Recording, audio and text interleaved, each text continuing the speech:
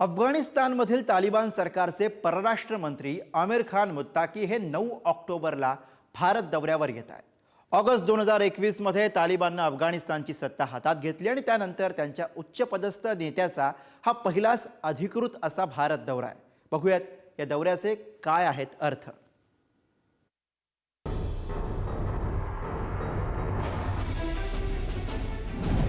भारताने अद्याप तालिबान सरकारला औपचारिकपणे मान्यता दिलेली नाही, पण या भेटीला आंतरराष्ट्रीय स्तरावर महत्त्व आहे. संयुक्त राष्ट्र सुरक्षा परिषदेने मुत्ताकी यांना या भेटीसाठी विशेष प्रवास परवानगी दिली आहे. पूर्वी पहलगाम हल्ल्यानंतर परराष्ट्र मंत्री एस जयशंकर आणि मुत्ताकी यांच्यामध्ये संवाद झाला होता. यावेळी मुत्ताकी यांनी हल्ल्याचा निषेधही व्यक्त केला होता.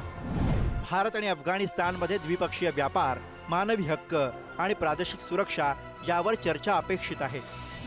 ऑगस्ट 2021 मध्ये तालिबाननं सत्ता हस्तगत केल्यापासून तालिबान सरकारचे परराष्ट्र मंत्री आमिर खान मुत्ताकी यांचा हा भारतातील पहिला उच्चस्तरीय अधिकृत दौरा आहे, जो कूटनीतिकदृष्ट्या महत्त्वाचा आहे.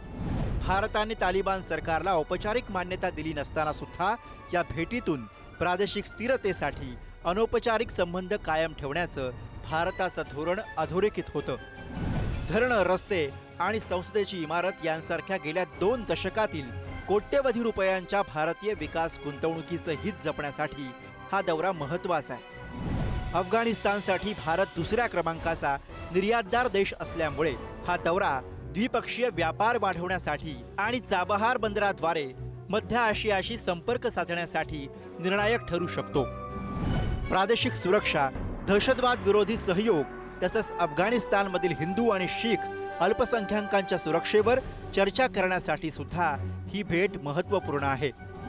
CPEC म्हणजेच चीन पाकिस्तान इकॉनॉमिक कॉरिडॉरचा विस्तार अफगाणिस्तानपर्यंत करण्याच्या चीन पाकिस्तानच्या प्रयत्नांदरम्यान हा दौरा भारतासाठी प्रादेशिक स्तरावर आपलं स्थान टिकवण्यासाठी आणि दबदबा वाढवण्यासाठी एक मोठं पाऊल असेल.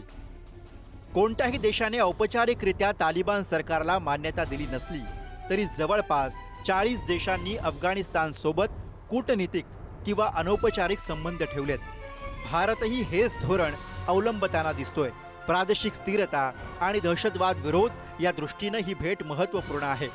महत्त्वाचं म्हणजे काबूलमध्ये प्रभाव टाकण्याचा प्रयत्न करणाऱ्या पाकिस्तानसाठी ही भेट धक्का मानली जाते.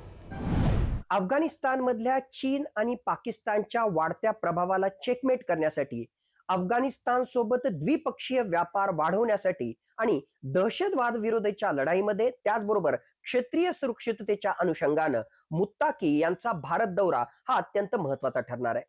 भारतानं आज घडीला अफगाणिस्तान सोबत प्रॅग्मॅटिक आणि स्ट्रॅटेजिक अप्रोच घेतलेला आहे आणि म्हणूनच तालिबानचं सरकार जरी अफगाणिस्तानमध्ये असलं आणि ह्युमन राईट्स त्याचबरोबर तिथे असणाऱ्या अल्पसंख्याकांवर होणारे अन्याय याच्याशी संबंधित जरी वेगवेगळ्या प्रकारचे इश्यूज असले तरी सुद्धा आज घडीला बदलत्या परिस्थितीच्या अनुसार तालिबानच्या सरकारशी चर्चेच्या माध्यमातून भारताला पोषक वातावरण बनवणं हा एक महत्त्वाचा अजेंडा या भेटीच्या दरम्यान भारत हासिल करू इच्छितो. भारतानं मागच्या काही वर्षांमध्ये पाकिस्तानच्या ग्वादार बंदराला बायपास करण्यासाठी इराणमध्ये असणाऱ्या चाबहार बंदराच्या विकासासाठी विशेष प्रयत्न केलेले आहेत आणि त्या माध्यमातून भारत ग्वादार बंदराला बायपास करून चाबहार बंदराच्या माध्यमातून अफगाणिस्तान आणि त्याच्या माध्यमातून सेंट्रल एशियन रिपब्लिक नेशनशी संबंधित आपला व्यापार त्याचबरोबर संबंध दृढ करू शकतो. दुसऱ्या बाजूला अफगाणिस्तानचं भूराजकीय दृष्ट्या अत्यंत महत्त्वाचं स्थान आहे आणि हेच ओळखून आपलं शेजारी राष्ट्र अफगाणिस्तानशी प्रॅक्टिकल अप्रोचच्या माध्यमातून आपले संबंध दृढ झाले तर येणाऱ्या काळामध्ये दहशतवाद विरोधी लढाईच्या माध्यमातून त्याचबरोबर अफगाणिस्तान आणि भारत यांच्यातला द्विपक्षीय व्यापार वाढवण्यासाठी भारताला हे सगळं फायद्याचं ठरू शकतं.